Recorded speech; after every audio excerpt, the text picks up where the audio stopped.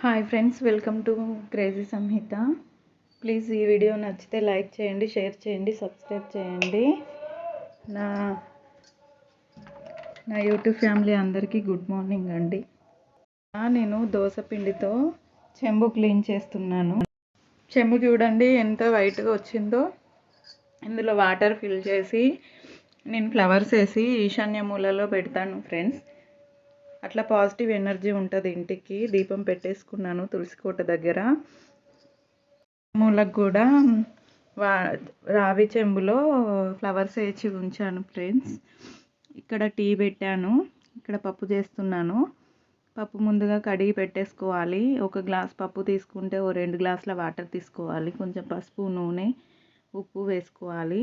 ఇక మూత పెట్టేయాలి. నా ఛానల్లో చాలాసార్లు చేశాను. ఇది మా పిల్లల ఫేవరెట్ పప్పు. దీనికోసం జీలకర్ర ఎల్లిపాయ దంచుకోవాలి ఫ్రెండ్స్.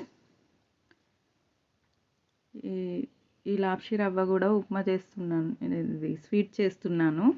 లైవ్లో చేశాను ఫ్రెండ్స్. చూడని వాళ్ళు చూడండి. లైవ్లో రేపు అప్లోడ్ అవుతుంది వచ్చి, అందులో వస్తుంది. బెల్లాన్ని ఇలా తురుముకుంటున్నాను. 1 కప్పు లాప్షి రవ్వకి 3/4 కప్పు బెల్లం పడుతుంది. టీ మా బావ కోసం పెట్టేశాను, తీసుకెళ్తున్నాను తన కోసం. వాటర్ ఏమో 3 కప్స్ తీసుకోవాలి. 1 కప్పు పాలు తీసుకోవాలి లాప్షి కోసం. టీ లేకుండా మేము ఉండలేమండి. టీ మాకు డైలీ తాగుతుంటాము. ఎంతమంది టీ లవర్స్ ఉన్నారు కామెంట్ సెక్షన్లో తెలియజేయండి. ముద్దపప్పు అండి చేసేసాను, అయిపోయింది. వైట్ రైస్ పిల్లలు పెట్టుకెళ్ళారు లంచ్ బాక్స్.